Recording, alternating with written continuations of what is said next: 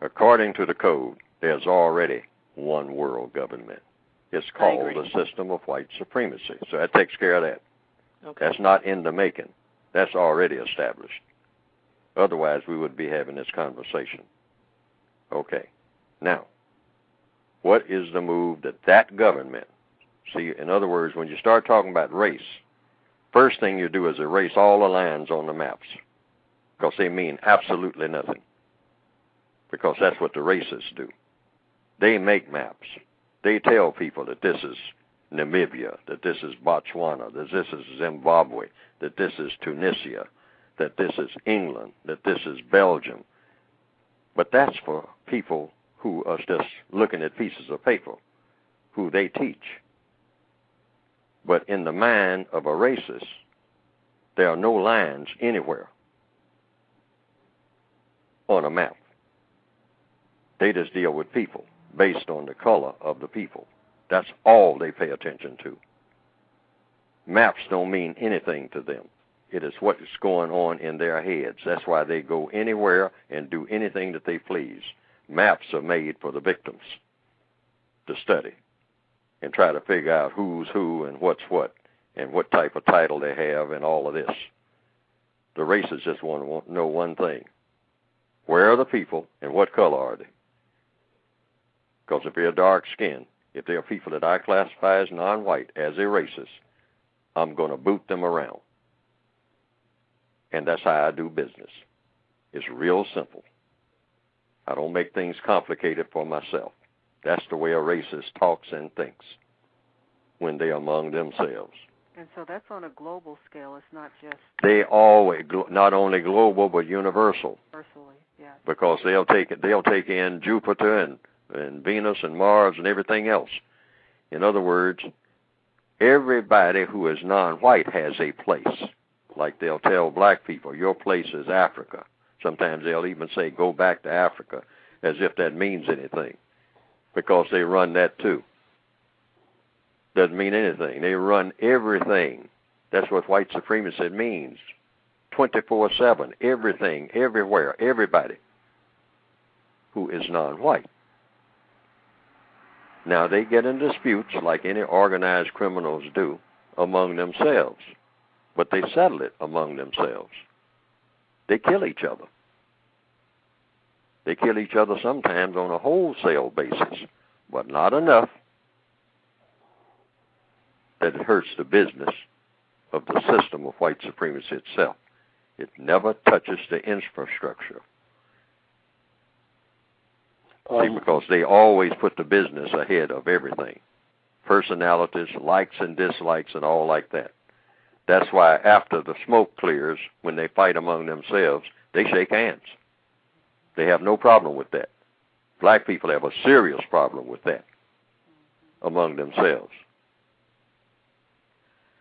So, okay, going back to what you were saying about President-elect Obama, and while we're busy celebrating that we have this black man in this position now, and the powers that be have their own agenda behind the scenes, so when the people don't get those checks in the mail and they become disenfranchised,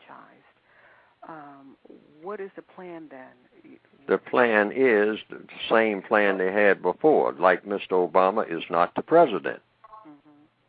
And that plan should be, to the extent that we have one, which we don't. That's why I say we need a code. The code says you tighten your belt. And all in all, you learn everything of constructive value that you possibly can. Get rid of that contempt that we have for learning. Because the racists, when they found out that we wanted to learn back in the 1950s, and people in other areas of the world whose skin is just as dark as the people here, they know the value of learning.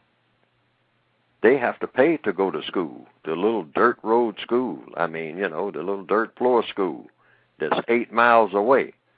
They will walk to get there every day and think nothing of it, to try to learn something that they don't know, that they need to know, even though it's not very much being taught at a little rundown blackboard, if they have one at all, or just sitting under a tree. I mean, with the bugs and mosquitoes biting them, and they're trying to learn because they know the value of learning. Now, in the 1950s, when Thurgood Marshall in this area of the world was trying to get black people in a better position where they could learn more than they already knew, the white supremacists made a move, and that is go into the schools and smoke marijuana, curse the teacher out, get into fights all day, stand out in the hall, break the typewriters and the adding machines and the computers, and laugh. In other words, have contempt for learning anything other than going out in the street and robbing somebody, particularly black males and a growing number of black females who are being deliberately masculinized, and the black male is being deliberately feminized. The white supremacists love to do switches on people, where they switch roles, because then you got maximum confusion. See, the way to dominate people, subject people, and keep them dominated is to always stir up confusion.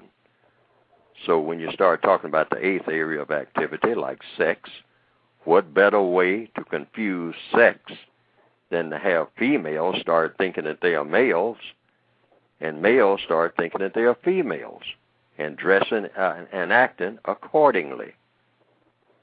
And you see that before your very eyes, particularly in the last 30 years. Absolutely. And they are pushing the metal to the floor on this one, because they know that sex is a very important part of people behavior, the eighth area of activity. They know that. So if you really mess people up sexually, you got them forever, because they don't even know what they're about. They have no direction about anything, and everything becomes meaningless.